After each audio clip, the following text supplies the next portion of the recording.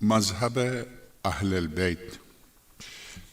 مذہب اہل البیت یہ کتاب ہر مومن ہر مومنہ کے پاس ہونی چاہیے، بہت ضروری ہے۔ جس کو خود اپنے مذہب کی حقیقت کو پہچاننا جو چاہتا ہے، بغیر کسی سے سنے، مثلا میری تقریر، میرے بیٹے کی تقریر، جتنے خطباء ہیں مکتب اہل البیت پہ الحمدللہ کوئی کمی نہیں ہے، ان کی تقاریر سن کے جو آپ مکتب اہل البیت کو سمجھتے ہیں، جانتے ہیں۔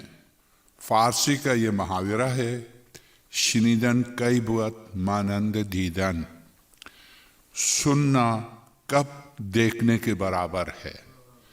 کانوں سے سنتے ہیں تو امام پنجوم، امام ششم، امام ہفتم کا ارشاد ہے، حق اور باطل کے درمیان فاصلہ کتنا ہے؟ سوال کیا معصوم سے، تو معصوم نے فرمایا 4 انگلیوں کا فاصلہ ہے، 4 انگلیوں کا۔ حق اور باطل کے درمیان 4 انگلیوں کا فاصلہ، کیا مطلب؟ کان اور آنکھ کے درمیان، یہ دیکھ لیجئے، یہ آنکھ ہے، یہ کان ہے، اس کے درمیان فاصلہ کتنا ہے؟ یہ 4 انگلیوں کا فاصلہ ہے۔ جو کان سے سنتے ہیں ضروری نہیں ہے کہ ہر چیز حق ہو، بس جو آنکھ سے دیکھتے ہیں وہ حق بھی ہے اور سچ بھی ہے۔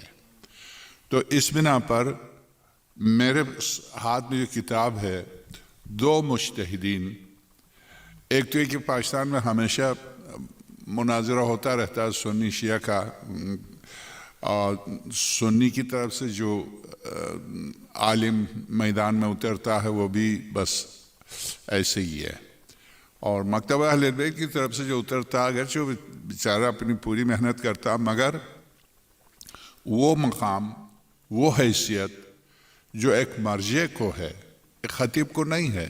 میں خطابت کرتا ہوں، میری حیثیت جو نجف اشرف میں مرجعیت ہے اس کے برابر نہیں ہے۔ ظاہر میں ایک طالب علم ہوں، اگرچہ میں بھی نجف کا طالب علم ہوں، میں نے بھی 10-12 سال نجف میں گزارے ہیں، مگر اس کے باوجود مرجعیت ایک مقام ہے کہ جس تک پہنچنے کے لیے نجف میں صرف زندگی نہیں گزارنی ہوتی ہے، بلکہ در امیر المومنین پر سر کو جھکانے کے علاوہ محنت، یعنی محنت آپ کریں، چونکہ قرآن کریم کی صریح آیت ہے، وَأَن لَيْسَ لِلْإِنسَانِ إِلَّا مَا سَعَى، ہم نے انسان کے لیے کچھ نہیں رکھا ہے اس کی زندگی میں سوائے اس کی محنت کے۔ سورہ نجم کی آیت ہے، وَأَن لَيْسَ لِلْإِنسَانِ إِلَّا مَا سَعَى، انسان کے لیے کچھ نہیں ہے سوائے اس کے کہ ما سعی، جو سعی کرے، جو کوشش کرے۔ یعنی کیا مطلب؟ جو کوشش کرے گا پائے گا، جو نہیں کرے گا نہیں پائے گا۔ پانے کی 2 صورتیں ہیں۔ امیر المومنین صلی اللہ علیہ نے ارشاد فرمایا، الرزق رزقان، رزق کی 2 قسمیں، رزق تطلبہ و رزق یطلبک۔ ایک رزق وہ ہے جسے تو طلب کرتا ہے، ایک رزق وہ ہے جو تجھے طلب کرتا ہے۔ جو تجھے طلب کرتا ہے اس کے بارے میں قرآن کریم نے ارشاد فرمایا، وَمَا مِن دَابَّةٍ فِي الْأَرْضِ إِلَّا عَلَى اللَّهِ رِزْقُهَا۔ 12ویں پارے کی غالباً پہلی آیت ہے کہ کوئی چلنے والی ایسی مخلوق نہیں ہے کائنات میں مگر یہ کہ اس کے رزق کی ذمہ داری خدا کے اوپر ہے۔ وَمَا مِن دَابَّةٍ فِي الْأَرْضِ إِلَّا عَلَى اللَّهِ رِزْقُهَا۔ ظاہر ہے خلاق منان نے جب خلق کیا ہے تو بقائے تخلیق بھی اس کی ذمہ داری ہے، وہی بقا کے وسائل فراہم کرتا ہے، مگر وہ وسائل کیا فرشتے قوم بنی اسرائیل کی طرح قیامت تک انسانوں کو خود پکا کے لا کے کھلائیں گے؟ نہیں، بالکل نہیں۔ یہ خلق لکم ما فی الارض جمیعا، انسان بے شک میں نے اس زمین اور زمین کے اوپر جو کچھ ہے میں نے تمہارے لیے خلق کیا۔ خطاب انسان سے، تمہارے لیے خلق کیا۔ سورہ بقرہ کی آیت، خلق لکم ما فی الارض جمیعا، اس زمین پر جو کچھ ہے سب کا سب تمہارا، یہ انسان کے لیے، اور انسان اس کے لیے، اس کی ذات مقدس کے لیے۔ تو انسان اس کا کب بنتا ہے، کیسے بنتا ہے؟ ایسے نہیں جو خدا نہ آشنا. ایک خدا کا بننا دو طرح سے، ایک یہ کہ اس کی ملکیت ہے، عالم ہو، جاہل ہو، فاسق ہو، فاجر ہو، کافر ہو، مومن ہو، اس کی ملکیت ہے، وہ جانے نہ جانے مگر ہے وہ مالک ہر ایک کا. مگر ایک مرتبہ واقعاً بندہ بنتا ہے بندگی کے ذریعے، خدا شنائی کے ذریعے، خدا کو پہچاننے کے ذریعے. تو دین مقدس کو پہچاننے کے لیے کیا کرے انسان، کس طرح سے پہچانے؟ ظاہر ہے جو دین لے کر آئے ہیں، جنہوں نے اس کائنات میں اس دین کی ترویج کی ہے، سب سے پہلے ان کی شناخت، کون تھے، کیسے تھے، چونکہ انہی کا قول، انہی کا فعل دین ہے. وَمَا آتَاكُمُ الرَّسُولُ فَخُذُوهُ، سورہ حشر. جو یہ رسول تمہیں دے اسے لے لو. وَمَا نَهَاكُمْ عَنْهُ فَانْتَهُوا، جس چیز سے یہ رسول تمہیں روکے بس وہیں رک جانا. اسی پر میں نے پہلے بھی 2-3 دفعہ عرض کیا تھا، اقبال کا شعر مجھے یاد آتا ہے، اس نے کمال کیا ہے واقعاً قرآن فہمی میں. اس سے پتہ چلتا ہے کہ مرحوم علامہ اقبال قرآن فہمی میں بھی کمال رکھتے تھے. اسی آیت کا ترجمہ اس شعر میں انہوں نے کیا، بمصطفیٰ برساں خیش را کے دین ہمہ اوست. فارسی میں جو ان کا کلام ہے، کمال کا کلام، یہ شعر کمال کا، یہ اس آیت کا بالکل ترجمہ، بمصطفیٰ برساں خیش را کے دین ہمہ اوست. یہ جو دین کے نام سے جو کچھ ہے یہ اصل میں مصطفیٰ ہیں. تم اگر دیندار بننا چاہتے ہو، دین آشنا بننا چاہتے ہو، دین شناسی تمہیں چاہیے، تو اپنے آپ کو مصطفیٰ تک پہنچا دو. بمصطفیٰ برساں، مصطفیٰ تک اپنے آپ کو پہنچا دو. خیش را، اپنے آپ کو. دین ہمہ اوس، کیوں؟ اس لیے کہ سارا دین مصطفیٰ کا نام ہے. یہ نماز، یہ روزہ، یہ حج، یہ زکوٰۃ، میرے سامنے جو متواتر روایات کو نقل کیا ہے، بغیر ولایت محمد و آل محمد کے نہ نماز قبول ہے، نہ روزہ قبول ہے، نہ حج قبول ہے، نہ زکوٰۃ قبول ہے، کچھ بھی قبول نہیں ہے. تو اس کا مطلب بہترین شعر جو اقبال نے کہا، تو اس کا مطلب یہ ہوا کہ دین مصطفیٰ ہے. پہلے تم اپنے آپ کو مصطفیٰ تک پہنچا دو. بمصطفیٰ برسا خیش را کی دین ہمہ اوست، اگر بہو نہ رسیدی تمام بولہبیس. اگر تم مصطفیٰ تک نہیں پہنچے، نماز پر نماز پڑھتے رہو، روزے رکھتے رہو، حج کرتے جاؤ، پوری رات جاگتے جاؤ نمازوں پر، اگر تم مصطفیٰ تک نہیں پہنچے تو یہ سب کچھ کیا ہے؟ بولہبی ہے. بولہب کون ہے؟ یعنی پیغمبر اکرم کے تمام معجزات کو دیکھ کے بھی ایمان نہ لانے والا. بولہب، ابو لہب، یعنی وزن شعری کے لیے الف کو ہٹا دیا، بولہبیس. تو بولہب کون ہے؟ اگرچہ رشتے میں سرور کائنات کے رشتہ دار، مگر یہاں رشتے ابو جہل ہو، ابو لہب ہو، ابو سفیان ہو. غیر ابو سفیان کا تو کوئی رشتہ نہیں، بلکہ اس کا کوئی حسب نسب بھی نہیں، یورپین تھا یہ. تو پوری ہسٹری اس کی آئی ہے، یہ یورپین تھے یہ لوگ. آ کے مسلمان کب ہوئے، کیسے اور کیوں اس مسلمان ہوئے بھی تھے یا نہیں، ایک پوری ایک بہت ہی ابھی جو محققین اب آ رہے ہیں کمال کرتے ہیں. تو میں آپ سے عرض کروں کہ یہ کتاب دو مراجع کے آپس میں مذہب اہل البیت کے نام سے یہ کتاب چھپی ہے. اس کی خوبی یہ ہے کہ دو طلبہ کی گفتگو نہیں ہے. علامہ سلیم البشرا، مصر جامع الازہر، آپ سب جانتے ہیں جامع الازہر اہل سنت کا اس وقت مرکز ہے. شروع سے لے کر اب تک اہل سنت کا مرکز جامع الازہر ہے جو مصر میں، اور وہابیوں کا مرکز سعودی عرب ہے، کیونکہ اس کی بنیاد وہیں پڑ گئی تھی. اب محمد ابن عبد الوہاب سعودی تھا، اور وہیں ان کا کوئی علمی مرکز نہیں ہے، بس اس کے نظریات چھپتے ہیں سعودی میں. اور آل سعود کی حکومت باطل اور اس ظلم و ستم کی حمایت میں اس کی کتابیں ہیں کہ الامر جو بھی حاکم ہے اس کا نام الامر ہے، اس کی اطاعت کا قرآن نے حکم دیا، اس کی اطاعت کرو، خواہ وہ نعوذ باللہ اپنے محارم سے زنا بھی کر رہا ہو تو اس کی اطاعت کرنا.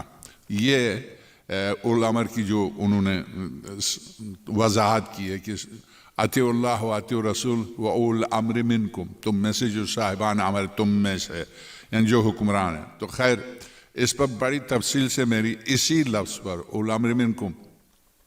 سعودی جیل میں تھا جو شخص مجھے پھانسی کی سزا سنانے آیا تھا، بتایا میں نے کئی دفعہ سیالکوٹ، اس نے اپنا تعارف اس طرح سے کرا کہ میرا نام عبدالعزیز ہے مولانا، میں بھی پاکستان سے تعلق رکھتا ہوں، سیالکوٹ سے میرا تعلق ہے، اور یہ پیپر لے کے آئیں، اس پر سائن کر دیجیے گا، 1 ہفتے کے بعد آپ کو پھانسی دی جائے گی.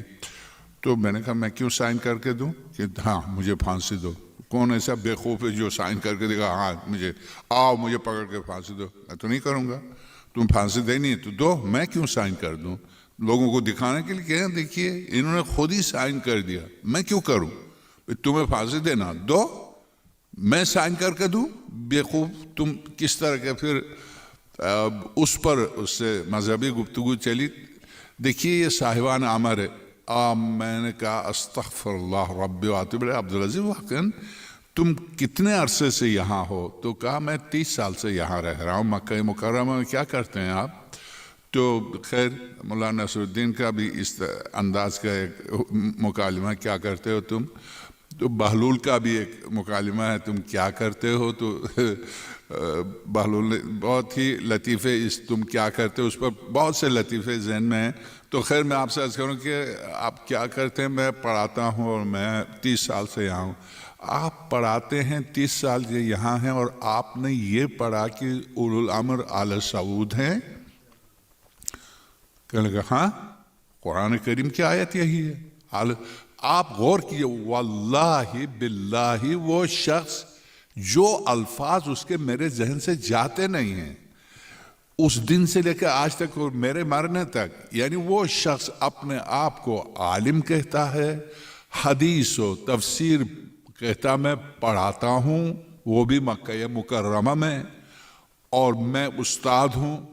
استاد اس کا عقیدہ یہ ہے کہ آل سعود الامر، آل سعود الامر ہے. اس وقت جو برسر اقتدار ہے لوگوں کے سامنے تو مسلمان بنتا، مگر فہد کی ہسٹری دیکھیے، پڑھیے فہد کی ہسٹری.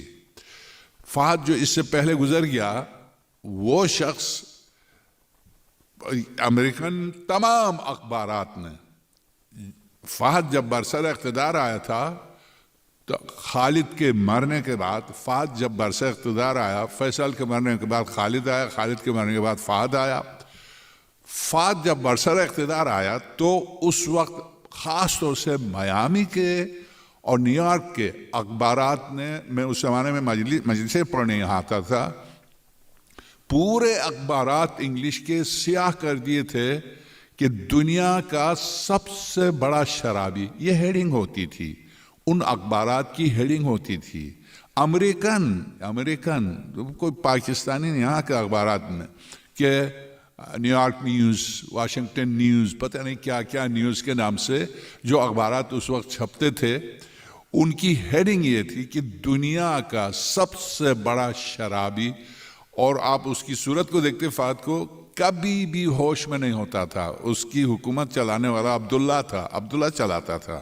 بالکل عمر و ابوبکر کا مسئلہ تھا، کیونکہ ابوبکر واز نتھنگ، عمر چلاتا تھا اس کو. ابوبکر ابھی جو میرے بیٹے نے پڑھا کہ خلیفہ ابوبکر، خلیفہ عمر، کون سا خلیفہ، کیسا خلیفہ؟ ایسے خبیثوں کو یہ لفظ ہی استعمال نہیں کرنا چاہیے. بہرحال غاصب. تو میں آپ سے عرض کروں کہ یہ شخص جب جیسے اس نے کہا کہ یہ اولو الامر ہے، میں نے کہا عبدالعزیز واقعی نہیں اولو الامر ہے؟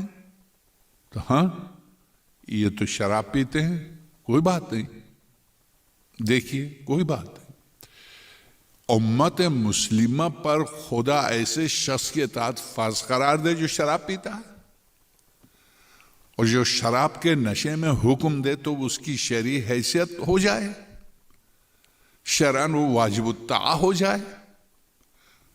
اور نہ معلوم شراب پی کے یہ کیا کرتے ہیں. دنیا کے اخبارات میں آیا یہ کویت کے بارے میں، کویت کے شیخ کے بارے میں، اور سعودیوں کے بارے میں دنیا بھر کے اخبارات میں آتا رہتا ہے. یہاں یورپ اور امریکہ ہو کیا ہے, کون ہے سعودی, کیا ہے یہ, کیا بیچتے ہیں ان کے مقابلے میں. یہ تو سب کچھ سامنے ہے. تو کیا کرتے ہیں شراب پی کے, نہ بیٹی کا ان کو پتہ چلتا ہے کہ جن کے ساتھ ہیں وہ بیٹی ہے, نہ انہیں اپنی بہن کا پتہ چلتا ہے جن کے ساتھ ہیں وہ بہن ہے. تو شراب پینے کے بعد نشے میں دھت, اور ایسے شخص کی اطاعت خدا مجھ پر واجب قرار دے, اطیعوا اللہ و اطیعوا الرسول و اولی الامر منکم, ان کو اولی الامر قرار دے. کیا, چونکہ وہ تو آیا تھا مجھے پھانسی کی سزا سنانے کے لیے, تو اب پھانسی کی سزا سنانے کے بعد کیا رہ جاتا ہے, کچھ بھی نہیں. تو دینا ہے تو دو. اب جب جو چاہوں پھر میں بولوں, اس دنیا سے جانے سے پہلے بول کے چلا جاؤں. جو میرا ایک فریضہ ہے مکتبہ اہل بیت کے حقیر فقیر ایک چھوٹے سے طالب علم کا جو فریضہ ہے وہ انجام دے کے چلا جاؤں. میں نہیں کر سکتا شہید اول کی طرح, میں نہیں کر سکتا شہید ثانی کی طرح, میں نہیں کر سکتا شہید ثالث جو ہندوستان میں ان کی طرح, مگر جو کچھ بھی میرا مبلغ علم ہے, جب آ گیا ہے ریٹن میں کہ تمہیں 1 ہفتے کے بعد پھانسی دی جائے گی, اب میں کئی کے لیے رکوں, کیوں رکوں, زندگی کی توقع تو ختم ہو گئی ہے. تو اب جو کچھ کہنا کہہ کے چلا جاؤں. تو اس سے میں نے کہا کیا واقعی یہ شرابی, یہ زانی, یہ تمہارا الامر ہے, یہ تمہارا مذہب ہے. مولانا میں مناظرہ کرنے نہیں آیا, میں تو یہ حکم سنانے آیا ہوں. نہیں, میں مناظرہ نہیں کر رہا ہوں, میں تو تم سے سوالات کر رہا ہوں کہ آخر تمہارے مذہب کا مجھے کچھ تو پتہ چل جائے. میں آپ کو پتہ ہے نا میں کوئی زیادہ پڑھا لیا نہیں مولانا, آپ کی پوری ہسٹری انہوں نے معلوم کر لی ہے. آپ امریکہ جاتے ہیں, خطابت کرتے ہیں, اور انہوں نے سب کچھ معلوم کر لیا. ایسا نہیں ہے, آپ مجھے بیوقوف بنانے کی کوشش نہیں کیجیے. میں نے کہا نہیں, میں آپ کو بیوقوف بنانے کی کوشش کچھ نہیں کر رہا ہوں. میں ویسے مجھ سے پوچھا تھا کہ آپ, چونکہ سب سے پہلے اتفاق سے اس سال مجھے واشنگٹن میں پہلا اشرہ پڑھنا تھا, تو اب محرم سر پر ہے, محرم سے ذی الحج میں مجھے اندر کر دیا ہے, اور ذی الحج کے بعد محرم ہے. تو پریشان تھے واشنگٹن ڈی سی کے مومنین, بہت پریشان تھے, چونکہ اچانک ظاہر اب کہاں سے کس کو پیدا کریں, کم سے کم 2 مہینے 3 مہینے ہوں تو کسی خطیب کو پیدا کریں. محرم کا پہلا اشرہ ہر جگہ انتہائی اہم ہوتا ہے ہر تمام مومنین کے لیے. اب ان کی مشکل یہ تھی کہ اس وقت پھر کس کو پیدا کریں, اس وجہ بہت پریشان تھے. ہر روز وہ مظاہرے کرتے تھے سعودی کونسلیٹ کے سامنے واشنگٹن ڈی سی میں, اور اس لیے اس نے سب سے فاروق نام تھا اس کا, کرنل فاروق, جس کے ہاتھ میں میرا کیس تھا. تمہیں امریکہ میں کون جانتا, یہ کیوں امریکہ والے تمہیں کیسے جانتے ہیں؟ مجھے نہیں پتا. نہیں, سب پتا. تو پیسفک سے لے کے اٹلانٹک تک یہ سب آپ تمہیں کیسے جانتے ہیں؟ یہاں ہو کے گیا تھا میں اس وقت لاس اینجلس. تو خیر, تو میں آپ سے عرض کروں کہ مکتبہ اہل بیت, اب اس میرے مناظرے کو 100 دفعہ سے زیادہ بتا چکا ہوں. اس کو یعنی اگر آپ کسی سے بر وقت کسی سے بھی گفتگو ہو, بر وقت جواب دینا چاہیں تو اس کو رٹیے, اس کتاب کو رٹیے, اور اس سے نہ صرف آپ خود مذہب آشنا ہوتے ہیں بلکہ اتنی طاقت ملتی ہے انسان کو, میں ایک مثال کے طور پر ایک حدیث آپ کی خدمت میں پیش کیے دیتا ہوں, اس کے بعد میری گفتگو ختم. خط و کتابت کے ذریعے کتاب لکھی گئی ہے, خط و کتابت کے ذریعے مناظرہ ہوا ہے. جو نجف اشرف کے جو عالم تھے ان کا نام تھا حضرت آیت اللہ سید شرف الدین موسوی, سادات موسوی میں سے تھے, نجف اشرف کے تھے. اور جو اہل سنت کے ٹاپ کے جو عالم تھے وہ جامع الازہر کے تھے. اب آپ خود سوچئے, یہ نجف اشرف کے مجتہدین میں سے تھے آیت اللہ شرف الدین موسوی, وہ جامع الازہر کے وائس چانسلر تھے وہ, اور وہ بھی کوئی نچلی شخصیت نہیں تھی. ٹاپ آخری جو شخصیت ہوتی ہے وہی اس مقام اور اس منصب کو پاتی ہے, یعنی جو وائس چانسلر جو بنتا ہے جامع الازہر کا. جامع الازہر چونکہ پوری اہل سنت مکتبہ اہل سنت پر کنٹرول کرتا. تو حدیث غدیر, حدیث غدیر کی بابت استفسار، کیا آپ نے بار بار حدیث غدیر کا ذکر کیا؟ اگر حدیث غدیر بطریق اہل سنت مروی ہو تو تحریر فرمائی ہم بھی ذرا غور کریں۔ جواب مکتوب، یہ خط ہے، سائل کا سوال ہے اور یہ خط ہے۔ جواب، طبرانی اہل سنت کے بہت بڑے عالم کا نام ہے، بہت دنیا اہل سنت میں ان کی ایک اہمیت ہے۔ طبرانی نے اور ان کے علاوہ دیگر محدثین نے بھی ایسے سلسلے اسناد سے جس کی صحت پر محدثین کا اتفاق و اجماع ہے، زید ابن ارقم سے روایت کی ہے۔ یہ روایت چونکہ اہل سنت کے ہاں اس عبارت کے ساتھ آئی ہے اور اسے مستند قرار دیا ہے، پوری عربی عبارت میں آپ کی خدمت میں پیش کیے دیتا ہوں غدیر کے بارے میں۔ زید ابن ارقم کہتے ہیں کہ حضرت سرور کائنات صلی اللہ علیہ وآلہ وسلم نے غدیر خم میں ارشاد فرمایا، ایھا الناس، وہ حمد و ثنا، درود و سلام اپنی ذات مقدس پر، اپنے آل پاک پر، اس کے بعد جو سرور کونین نے توحید پر پوری تفصیل سے گفتگو کے بعد، ایھا الناس یوشک ان ادعی فاجیب، قریب ہے کہ مجھے بلاوا آ جائے اور میں جواب دوں، یعنی میں چلوں بارگاہ الہی میں، یعنی اپنی اس دنیا سے دار فانی سے دار بقا کی طرف رحلت کی خبر دے رہے ہیں، اب امت کو خبر دے رہے ہیں سرور کونین۔ اجیب یوشک ان ادعی، قریب ہے کہ مجھے دعوت دی جائے گی، فاجیب، اور ظاہر ہے میں جواب دوں گا، میں جاؤں گا، وہاں تو نا کی گنجائش ہی نہیں ہے، چلا جاؤں گا۔ وانی مسئول، یاد رکھو مجھ سے سوال کیا جائے گا، انی مسئول، یقیناً میں مسئول ہوں، یعنی مجھ سے سوال کیا جائے گا۔ وانکم مسئولون، ایسا نہیں کہ صرف مجھ سے سوال کیا جائے گا، وانکم مسئولون، تم سب کے سب سے سوال کیا جائے گا۔ پیغمبر خدا سے کیا سوال کیا جائے گا اور ہم جو امت ہیں ہم سے کیا سوال کیا جائے گا؟ انکم مسئولون فماذا انتم قائلون، یہ بتاؤ تم سے سوال کیا جائے تو تم کیا جواب دو گے، تم کیا کہو گے؟ فماذا انتم قائلون، تم کیا کہو گے؟ قالو، کہا سب نے، سب نے کہا، نشہد، سب سے پہلے ہم گواہی دیتے ہیں، انک بلغت، آپ نے بے شک تبلیغ کی، سب کچھ پہنچا دیا، وجاہدت، اور جہاد کیا، ونصحت، اور آپ نے جو نصیحت کرنی تھی کر لی، فجزاک اللہ خیرا، اللہ آپ کو جزائے خیر دے۔ فقالا، سرور کائنات نے فرمایا، الیس تشہدون، کیا تم گواہی نہیں دو گے، ان لا الہ الا اللہ وان محمدًا عبدہ ورسولہ، کیا تم سوال کے جواب میں سب سے پہلے یہ گواہی نہیں دو گے کہ ہم گواہی دیتے ہیں کہ اللہ وحدہ لا شریک لہ ہے، اور ہم گواہی دیتے ہیں کہ محمد اس کا بندہ اور اس کا رسول ہے۔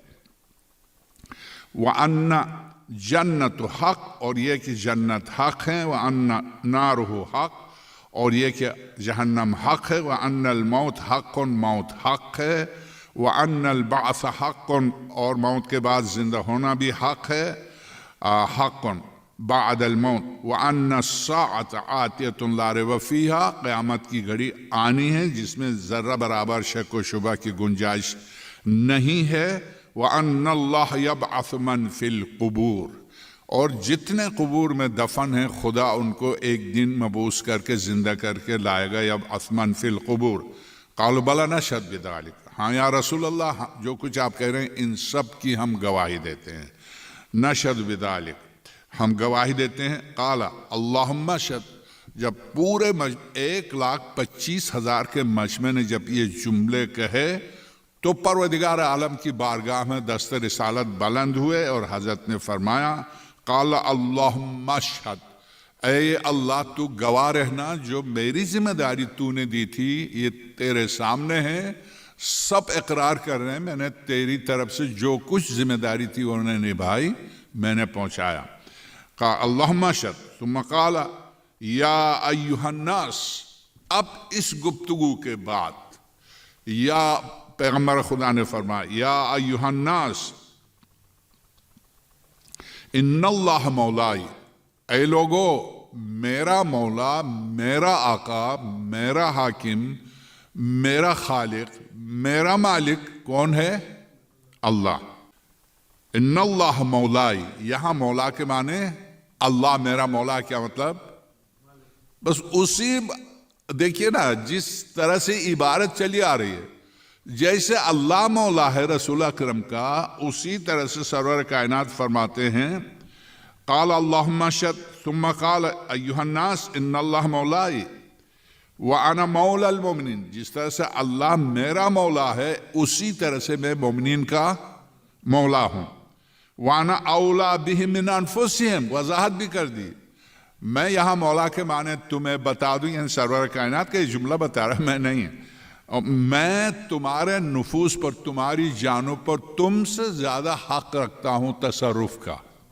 ہم درست ایوہ نا وَأَنَا أَوْلَى بِهِمْ مِنْ أَنفُسِهِمْ فَمَنْ كُنْتُ مَوْلَاهُ، بس جس کا میں مولا ہوں، جس معنی میں مولا ہوں، من كنت مولا یعنی فہادہ مولاہ، بلند کیا دستہائے رسالت پر امامت کو، اور سب کو دکھایا کہ ہادہ علی اور مولا، 10 نام ہوں گے علی کے، مگر یہ علی جو اس وقت دست رسالت پر بلند ہے، یہ علی جس کا میں مولا ہوں اس کا یہ علی مولا، دونوں ہاتھوں کو بلند کر کے ارشاد فرمایا کہ اولا بہم من انفسہم فمن کنت مولا فہذا علی مولا اللہم وعلی من اعلی، اے اللہ محبت کر اس سے جو علی سے محبت کرے، وعاد من عادا، جو علی سے عداوت رکھے تو بھی اس سے عداوت رکھ اے پروردگار،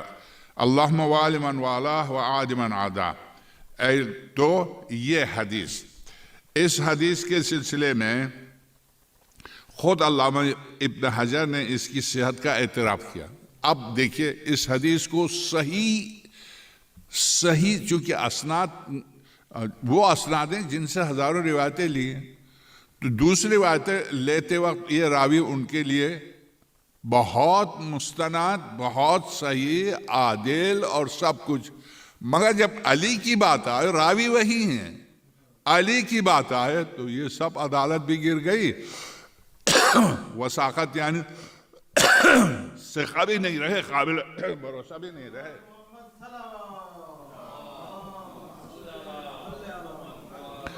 صرف علی، یعنی علی جب آئے تو اب انہی سے فروع ان سے لیے، اصول ان سے لیے، تمام حدیث ان سے لیے، انہی راویوں سے۔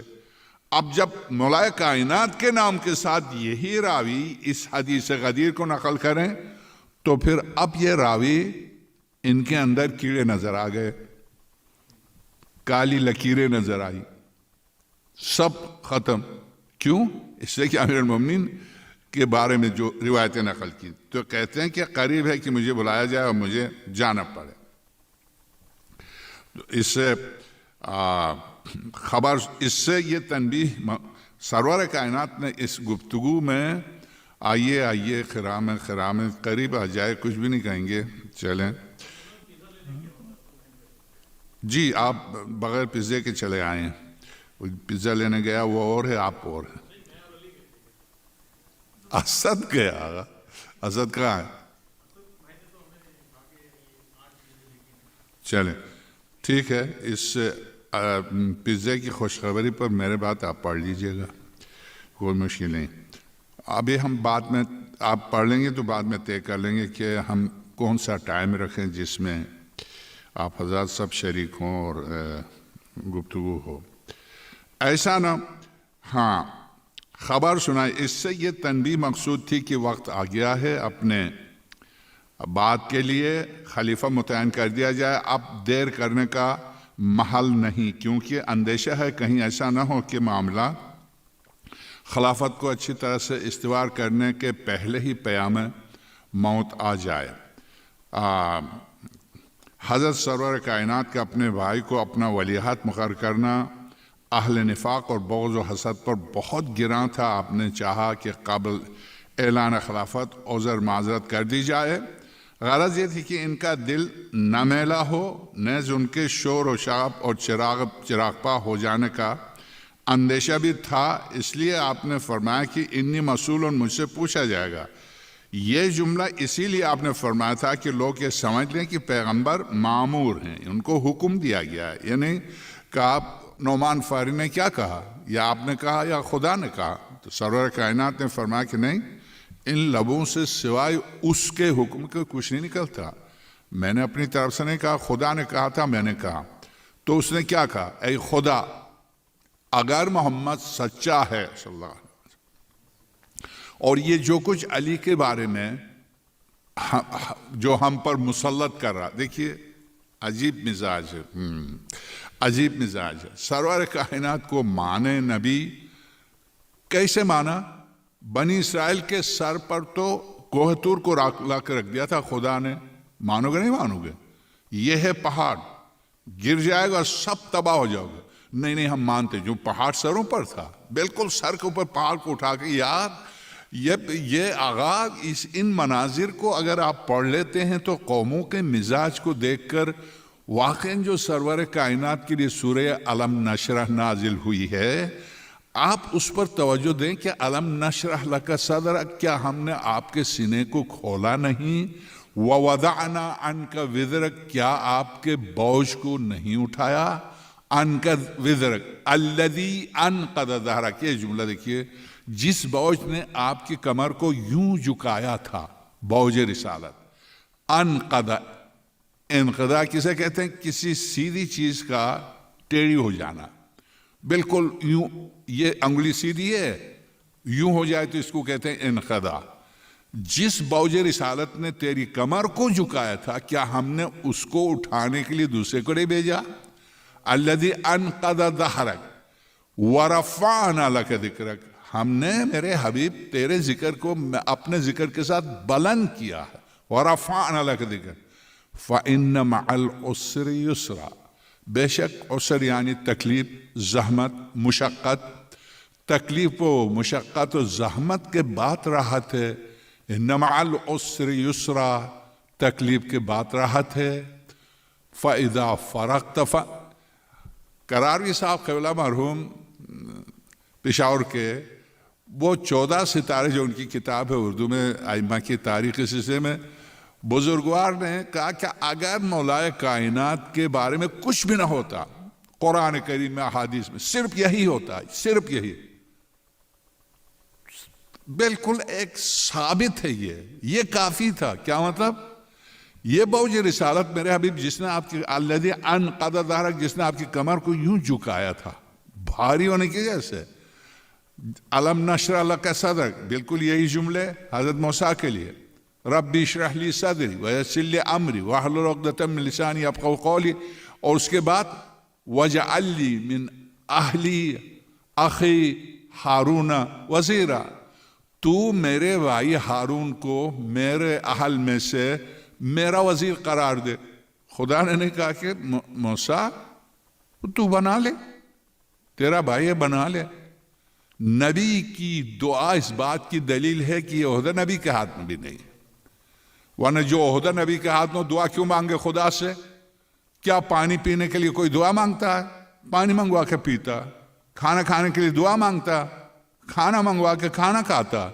اگر اس طرح سے نبی کا اختیار ہو، جیسے کھانا پینا، لباس یا گھر کے امور، اگر یہی اختیار ہوتا کہ اپنا جانشین اپنے بات کے لیے خود منتخب کرے، تو خدا کہتا ہے مجھ سے کیوں مانگ رہا؟ اپنے بات خود ہی منتخب کر لے۔ یہی صورت ابراہیم خلیل، انی جاعلک للناس اماما قال ومن ذریتی، کہا پروردگار یہ امامت 123 آیت سورہ بقرہ کی، وہاں سے یہ شروع ہوتی ہے حضرت ابراہیم خلیل سے، انی جاعلک للناس، ہم نے ابراہیم تیری ہر طرح سے امتحان لیا اولاد کے سلسلے میں، آگ میں ڈال کر نمرود کے ہر طرح سے امتحان لیا، ہر امتحان میں تو میرا خلیل رہا، تو تیری خلت و عظمت کی وجہ سے اب ہم تمہیں کائنات کا امام بناتے ہیں، جاعل للناس امام، کائنات پوری کائنات انسانیت کا، قال ومن ذریتی، پروردگار اتنا بڑا عظیم عہدہ یہ میری اولاد کو بھی دے۔ کیا کہا خدا نے؟ قال ومن ذریتی، قال لا ینال عہدی الظالمین۔ یہ یاد رکھ خلیل، نہ تو یہ جواب نفی میں دیا اچھا ہم تمہاری اولاد کو بنا دیتے ہیں، نہ اس بات میں دیا کہ بنا دیتے ہیں، نہ نفی میں دیا کہ نہیں ہم نہیں بنائیں گے، مگر جواب کیا دیا؟ جواب دیا اے خلیل یہ وہ عہدہ نہیں ہے جو ایرے غیرے آ جائیں، بن جائے خلیفہ، لوگ ان کو خلیفہ کہتے رہیں، نہیں۔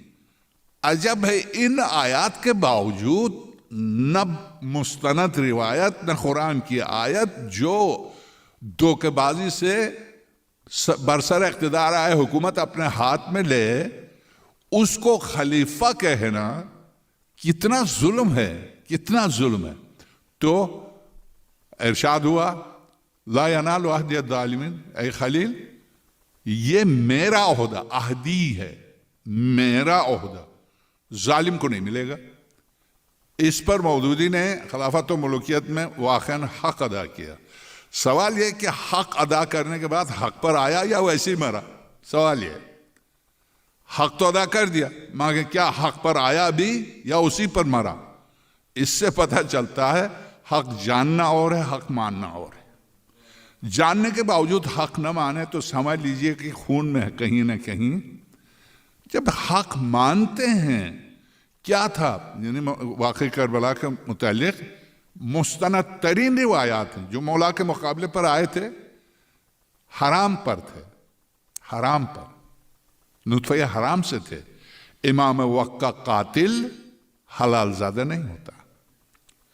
یہ دربار یزید میں امام سجاد کا یہ جملہ ہے، دربار یزید میں مولا امام سجاد سلام اللہ علیہ کا جملہ ہے کہ انبیاء اور انبیاء کی ذریت کا قاتل حلال زادہ نہیں ہوتا۔ اس پر یزید نے کہا کہ میں نے نہیں کیا ہے، نہ میں نے حکم دیا، عبید اللہ ابن زیاد خدا اس پر لعنت کرے، خدا یہ کرے، خدا وہ کرے۔ تو چونکہ امام سجاد سلام اللہ علیہ نے فرمایا کہ میرے جد نے فرمایا انبیاء اور انبیاء کی اولاد و ذریت کا قاتل حرام زادہ ہوتا ہے، تو بھرے دربار میں امام سجاد کی یہ گفتگو اب وہ کیا کرے؟ سب سن چکے، یعنی سب تک یہ بات پہنچی کہ جس کے ہاتھ میں حکومت ہے اسلامی وہ تو حرام زادہ نکلا یزید۔ تو جب حرام زادہ نکلا تو اب کیا کرے؟ گالیاں دینے لگا عبید اللہ ابن زیاد کو، معلوم اس نے کیا اپنی مرضی سے کیا، میں نے تو اس سے نہیں کہا تھا، میں یہ تو میں یہیں پر روک دیتا ہوں۔ اگلا حصہ، اگلی قسط انشاءاللہ اگلے شب جمعہ